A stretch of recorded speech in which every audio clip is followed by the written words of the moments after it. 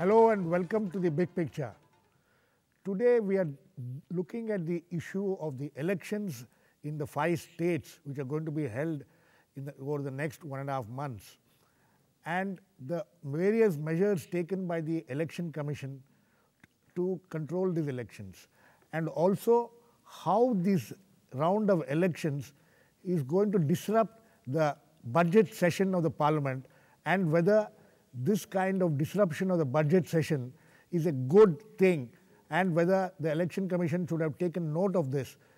So to discuss all these things, I have with me Mr. Nilotpal Basu, CPIM leader, Mr. G.C. Malhotra, former Secretary General of the Lok Sabha, and Mr. A. Surya Prakash, a senior journalist and author of What Ails Indian Parliament. So first let me go to Mr. Nilotpal Basu.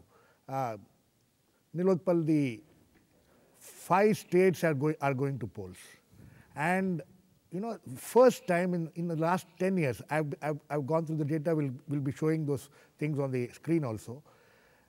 There has never been an occasion when the budget has been disrupted. The day the budget, it has never gone beyond the February deadline. But this year, apparently, the budget is going to be delayed. It's going to be maybe after 6th is the election results, and there are indications, the finance minister has even indicated it may go beyond the 9th of March. So has the sanctity of the budget session been disrupted by this round of elections? I think several unprecedented things have happened. In fact, the winter session dragging beyond the Christmas is also perhaps the first time that has happened in the history of Nilotpal, one second. We will first let's hear what the Chief Election Commissioner, Mr. Girish, says about this. में जाने वाली होती हैं तो हमेशा उनको bunch करते हैं, हमेशा उनको एक साथ करते हैं ताकि एक ही स्टेट के रिजल्ट दूसरे स्टेट को प्रभावित न करें। मिसाल के तौर पे जैसे अभी 5 स्टेट्स हैं, इन 5 स्टेट की अलग अलग डेट होती हैं। डेट कैसे निर्धारित होती है कि जिस दिन उनका हाउस 5 साल पहले मिला था, दैट इज़ द डे जिस दिन से हाउस की डेट काउंट की जाती है। अब 12 मार्च को उत्तराखंड की जो असेंबली है उसने ख़त्म होना है। ये इसका मतलब है 11 मार्च तक हमें विधानसभा चुन के दे देनी चाहिए। 13 को पंजाब का, 14 को मणिपुर का, इसके बाद 20 मई को है यूपी का और 11 या 12 जून को है गोवा का। लेकिन चूंकि बंच हो गई तो अब हम देखेंगे कि अर्लीस्ट पॉसिबल डेट क्या है। अर्लीस्ट पॉसिबल डेट है 12 मार्च, क्योंकि उसके आगे हम 13 मार्च भी नहीं कर सकते जी। तो ये पूरे बंच की डेट जो है वो 12 मार्च से तय होगी। Okay, Nilotpal, you heard what he says. He says Mr. Girish is trying to say that it is inevitable that this had to happen. Do you think it was inevitable? I think the Election Commission should have looked at this earlier. But more than that, you see, again in the bunching and the manner in which these schedules have come, there are several questions, because the cold, the effect that will have particularly in Uttarakhand and Punjab, and since in any case it will be over by 4th, now they are saying maybe 6th. So some of these places which are affected more by the winter, they should have been relatively later on. And that is the point. But the other question, very serious question, is that if you talk about the sacrosanct nature of the budget session, I think budget session has lost the old glory of the yesteryears, because the government itself taking so many executive decisions is making budget a lot less interesting and lot less important also maybe in the economic and political policy statement. Let me come to Mr. Malhotra. See, last 10 years, I think we'll be showing those dates also. In the last 10 years, the union budget has always been presented before February 29th. You know, there are 2 occasions in 2004 and 2009 when they had to present the interim budget because the elections were coming. So that was presented a little earlier, but never later than February 29th.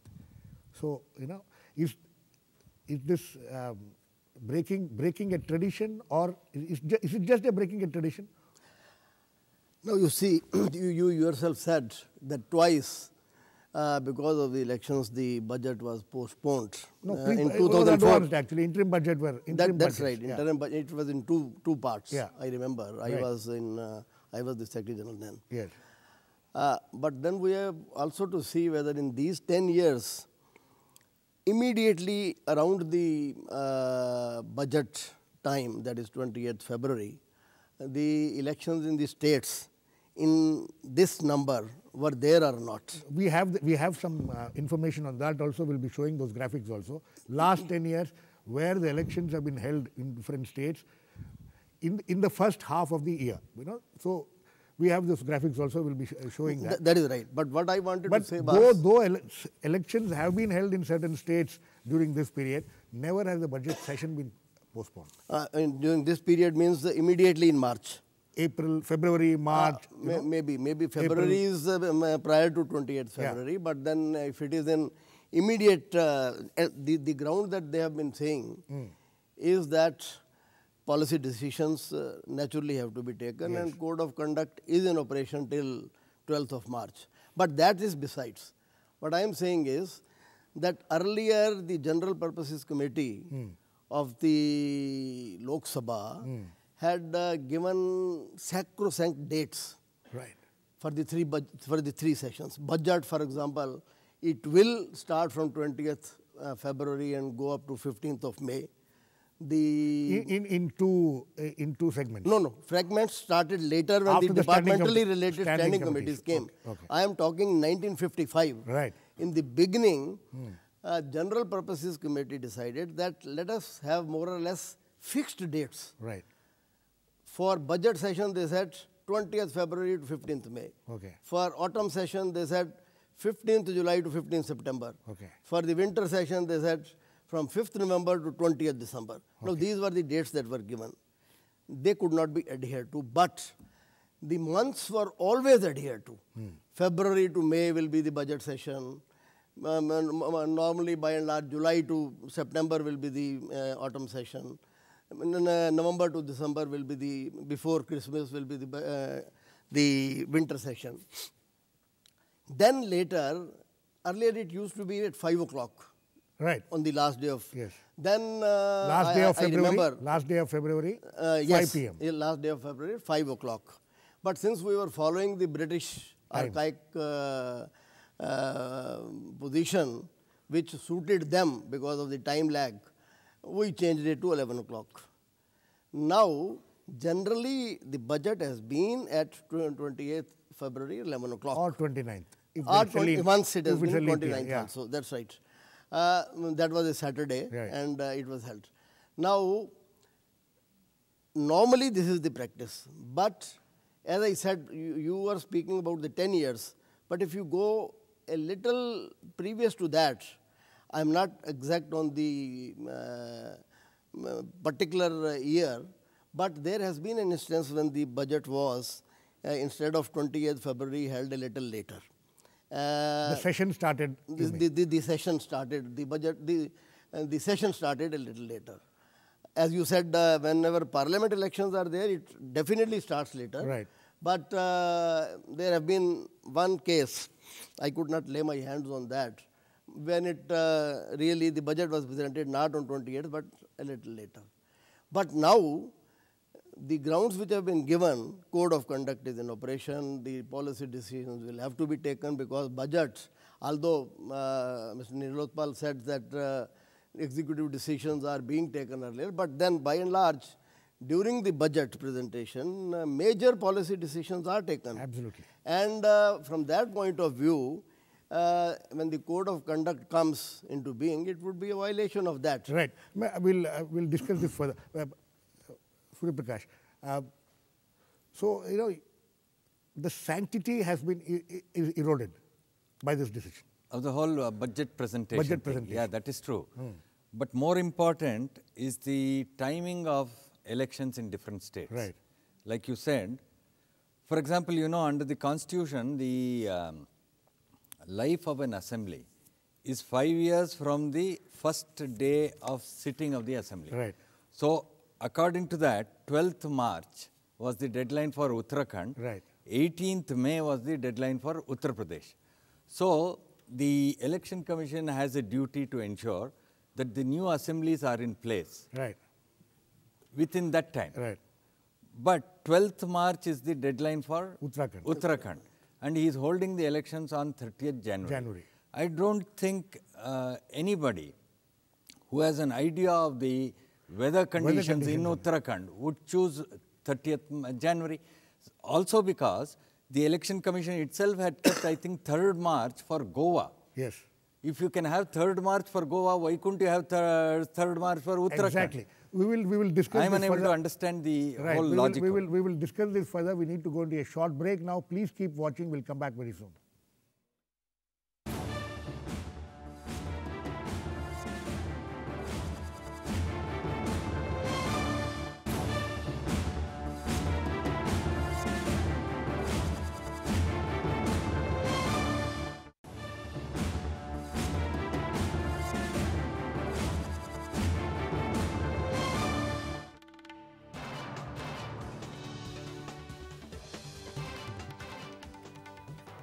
Welcome back.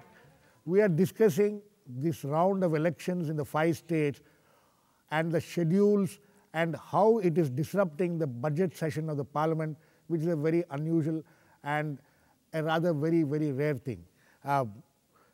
Nilotpal, so as Surya Prakash was pointing out, in these 2 states, there is a 2-month gap between Uttarakhand and Uttar Pradesh for, the last time the sessions, for the session, of the assemblies. The assembly sessions, I think Punjab is 13th March and Manipur also, and Goa actually is up to June, So, was there a need to bunch this 5 at all? I think there's openly a question because apart from other things, you see, there is a constitutional question also involved. Now, we know, so far as constitution is concerned, parliament is sovereign. It has got sovereign powers. Now, the model code of conduct is coming in the way of the exercise of that sovereign powers of the parliament. Now, model code of conduct, as your audience would know perhaps, that it is not a constitutional piece of legislation. No. It's a code which all the political parties have by consensus given it to themselves and for the election commission to enforce. Right. So, I mean, what would gain the primacy, whether it is the constitutional position or a voluntary piece of legislation which the parties have given? I think this is open to some kind of a constitutional scrutiny. And secondly, before I come to that question, I would also like to just remind Mr. Malhotra that rescheduling of the budget from 5 p.m. to 11 was not merely because of our insistence to move away from the British tradition, but also pressures of the chambers of commerce and the corporate media, which wanted it earlier so that they could really raise money through higher TRP ratings. Apart from raising, I think it was a question of convenience of the media also. Schedule question, I think there is a case, I mean, where examination can be there that this some declubbing perhaps could have been The point is, Nilotpal spoke about the constitutional this thing and the sovereignty of parliament. Right. Parliament will decide when it will present the budget, this, that and the other. Here is an election commission which puts before you a fait accompli. Here is the list of election dates, etc. Parliament is no thing. But the more interesting thing, I saw no adverse reaction from the union government, Yes. when the election commission announced this. This I was a bit surprised because I believe that when a commission or institution is fair, then all are unhappy or all are happy. Yes. Here, election commission has left the Congress party and UPA happy and left the others unhappy. But I wonder. I have not heard the opposition parties, the left parties, making any objection to this That is true. That is true. But you see, I mean, so far as we are concerned, it is mainly those parties whose stakes are involved. Naturally, they have to speak, articulate these concerns more. But I think this is something where all the political parties have to apply their mind collectively, and this constitutional dimension is there. I mean, maybe today some people may feel convenient to not to how to say, rub the election commission on the wrong side. But this needs a little more scrutiny. Mr. Malhotra, the constitutional dimension which both Nilotpal and Surprakash were talking about, is there a constitutional dimension to the sanctity of the budgets anymore, budget sessions? No, but I'm not aware what is the constitutional pressure to hold it on a particular day. This is a convention, after all. And who decides when the parliament will be? President. President on the advice of the, of the Prime Minister and Cabinet. Now, the government has to decide ultimately. Another thing, even looking at from the parliament's angle, when elections are being held, you can't expect members to be attending parliament. Exactly. Now the question is whether the election commission should have seen after all, they are not consulting the government while deciding the dates. They are not supposed to consult, or they don't consult? They may only from see your the experience, conveniences. From your experiences, say in 2004, was there some kind of a consultation? They ought to consult, because the security arrangements have to be made by the, where the government is directly involved. Sir, I need to make a point here. I am certain the election commission did not spring a surprise on the union government vis-a-vis these dates, because it was coming plonk in the midst of that whole budget exercise, and the government wasn't flabbergasted. Government was quite happy, and some days later they said, "Theek hai, we will have our budget later." And in fact, no, but it's very interesting. One point which was made by the Chief Election Commissioner soon after these schedules were announced, he said the Goa elections is the last. The Goa takes place on March 3rd, I think. 3rd. Okay? Yeah. March 3rd, Goa takes place. You can still have your budget on 28th of February as long as you don't have make any announcements concerning Goa. Is it possible? I think this is absolutely ridiculous. I was surprised to hear the statement from Chief Election Commissioner, because how is the union budget to exclude one whole state? How is it however small it may be. That's right. Won't you announce a bridge? Won't you announce a highway project? That was. I think it is totally impractical. So I don't know how it could happen. In fact, the following statement of the finance minister after that, clearly making it clear that we are not going to have the budget session itself will not start. It will start only after the results. No, the budget will be presented after results. Budget will be presented after results. Yeah. Now we don't know whether the session itself can start. Mr. Malhotra, coming to you, there is a certain smoothness with which the budget session functions. There is the first day of the session, the president takes, president's address is there, and then the economic survey, and then the railway budget, and then the general budget. So, can there be let us assume that the budget session starts as usual on February 25th or 24th or 26th, whatever. What will they do for 7-8 days? No, once the budget were to start, it's not likely to start now. But if it were to start on 20th February as normal practice, then certainly the railway budget and the general budget and economic survey, then not the president's address, discussion on president's address, a motion of thanks, all will take place. How can it take place when the members are away on election tours? Also, sir, how do you present a railway budget? It will interfere with the model code of conduct. That's right. Give a single apart line from to that, any you of these see, states. president address has to be the first item on the agenda in the new year. That is very clearly and the president specified in the announces Constitution. the government's That's plan right, for the government's coming policies year. and programs. So, policy announcements. So we cannot expect the budget session to start at least before March 3rd, the last date of polling in Goa. It seems even during the election results, after those, because everybody will be interested in the election results for all the 5 states. So it should be well beyond the election results, maybe around 10th, 12th of March, the budget session might start. We need to go into a short break now. We'll come back and continue this discussion and also look at some of the measures which the Election Commission has taken, which has become quite controversial. Please keep watching. We'll be back very soon.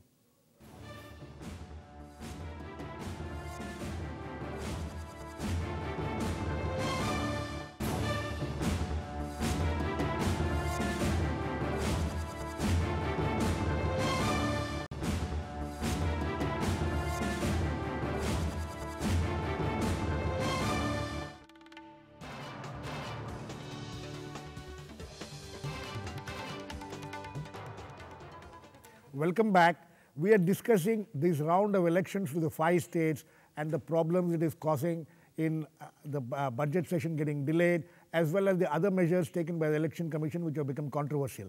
The most controversial is about the covering up of the statues and, in several states, especially in Uttar Pradesh, it has become a major issue.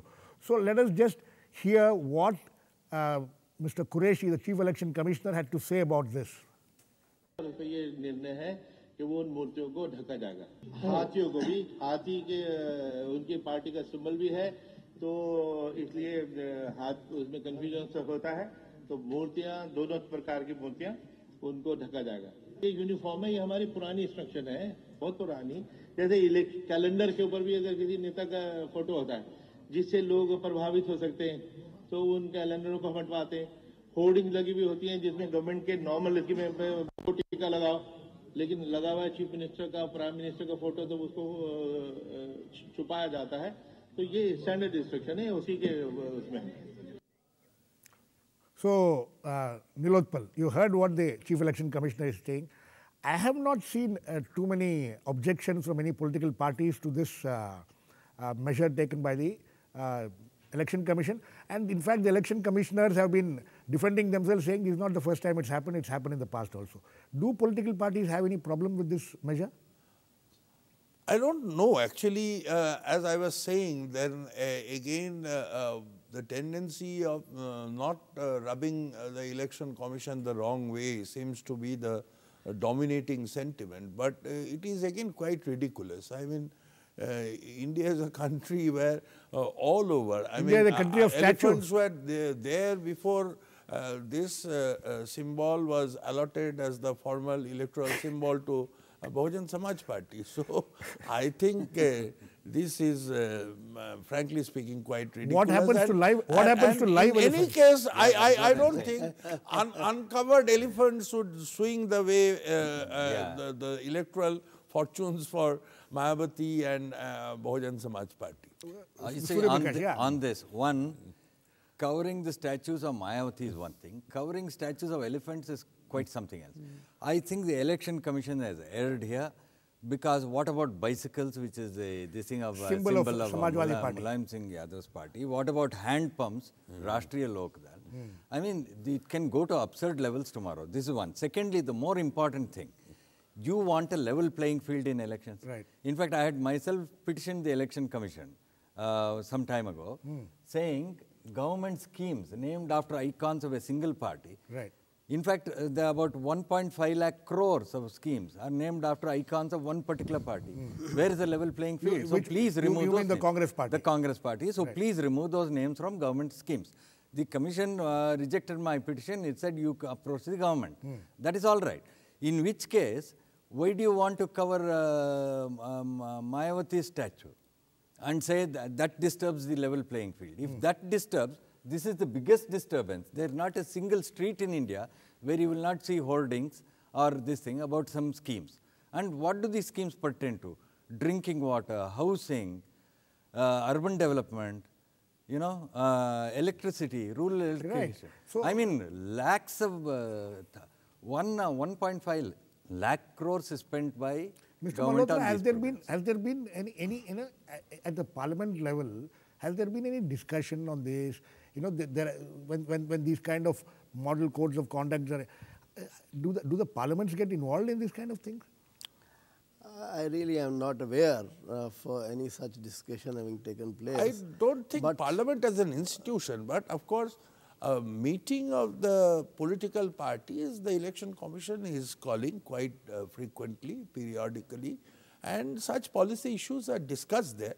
And actually, as I was telling earlier, that model code of conduct, I mean, there are people nowadays who find it very fashionable to hit the political parties left, right and center. But model code of conduct is actually the product of the consensus of political parties. Right. I would also like to say that the model, when I say all this about the commission, let me make it clear, the model code of conduct, the evolution of that model code and its application over the years has cleaned up the election process substantially. We must respect that code. Absolutely. But let us not go to extreme levels. It has gone to extreme. The whole thing has gone to the extreme extent. In fact, it becomes just yesterday. Some political parties in Maharashtra have said when the elections to the municipal councils and urban local bodies are held very shortly, they have to cover up all the vada pav stalls because they were set up by the Shiv Sena. So this can go to ridiculous extent, and we don't know where it will all head to. So we have completely run out of time.